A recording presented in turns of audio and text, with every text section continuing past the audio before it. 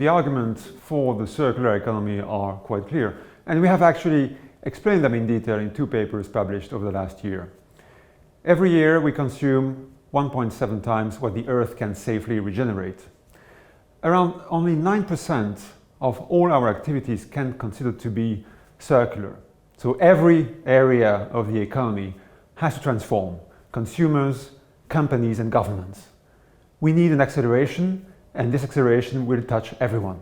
We would like to provide you with 2 concrete examples of areas where we will find this acceleration in the years to come.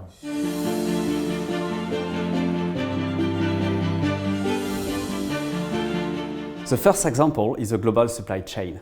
COVID and the war in Ukraine are only the most recent causes of trade disruptions. You have read in history books about the British World War II slogan, "Make do and mend."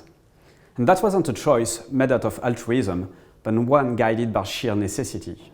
Supply disruptions can also arise from natural catastrophes such as hurricanes, droughts, wildfires, many of which will become more frequent due to climate change.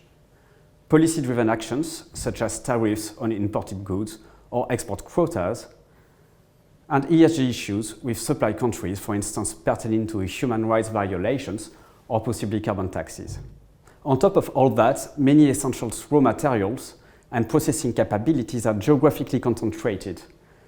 Several important raw materials such as copper and nickel are sourced from a limited range of countries and processed in an equally small number of countries. Not included in this figure, lithium and cobalt, whose mining and recycling are topics of their own. And don't forget semiconductors. Did you try to purchase a computer for your school-aged child in the fall of 2020? Did it arrive before the end of the school term? If your teenage son is really looking for a new business to start in the garage, might you suggest recycling laptops?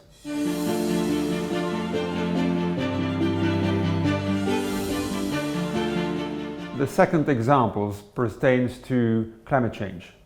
There is no chance we will reach our climate goals without a transition to a circular economy. And I would like to give you 3 concrete examples. The first one pertains to buildings. It is estimated that around 1/3 of all emission savings will happen through building renovation and change of standards. For example, in the UK, from 2025, the use of gas boilers in new buildings will be banned. In transportation, in Europe, we have now decided collectively to ban the sale of petrol cars by 2035. Last year, around 10% of new car sales in Europe were electric. Gives you an idea of the acceleration required.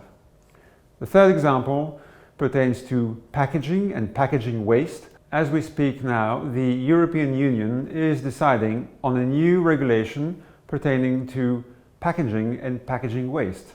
It is highly likely that standards will be strengthened, and this will directly affect the composition of all food packaging used in the EU, with mandatory target in terms of how much packaging has to be reused, but also about the recycled content in this packaging. So, as you can see, the transition to a circular economy is paramount if we are to achieve the climate goals that we have set at the European and global level.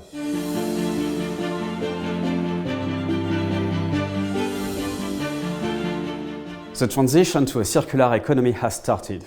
It involves many sectors, not just switching to renewable energy and paper cups. Ultimately, it is instrumental to reaching climate goals and strengthening our supply chains. The coming years will see the adoption of new initiatives in Europe and globally to hasten this transition by curbing plastic waste, making recycling mandatory, or lengthening product life and reliability. Under any scenario, circularity is growing and accelerating. It is as inevitable as it is desirable.